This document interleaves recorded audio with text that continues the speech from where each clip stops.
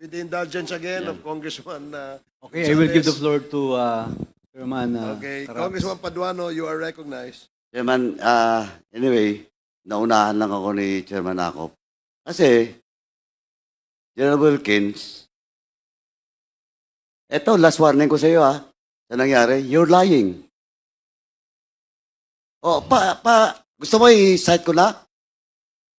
Paano-ano pa yung mukha mo eh? You're not respecting this committee.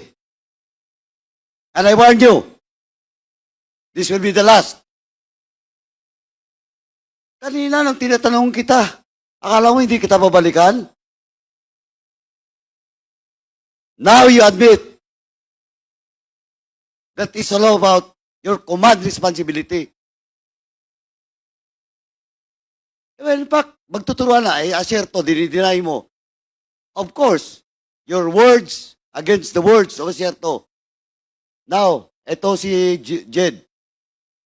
Did you really interrogate personally, Jed Hilapel? Yun nga, Mr. Chair, hindi ko kasi maalala na kinausap ko siya. Basta ang alam ko, nasa opisina siya, Mr. Chair. Ayun And yung I problema. don't lie, Mr. Chair. You're not lying, you lie! Just a few minutes ago. Sa harap ko. Sinabi mo na delegated, that authority was delegated to your personnel.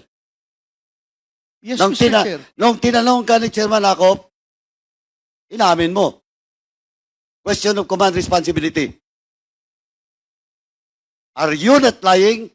No, Mr. Chair. Also, Mr. Chairman, with that, I move to cite in contempt General Wilkins. Pasensyaan po tayo dito.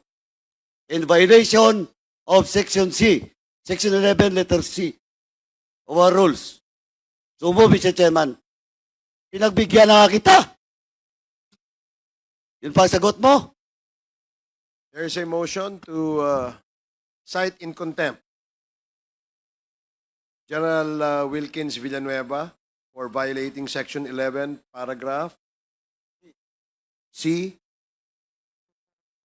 refusal to answer relevant questions from the committee.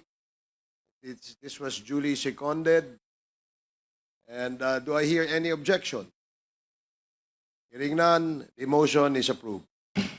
Mr. Chairman, can I move for 1 minute? Suspension. 1 minute suspension.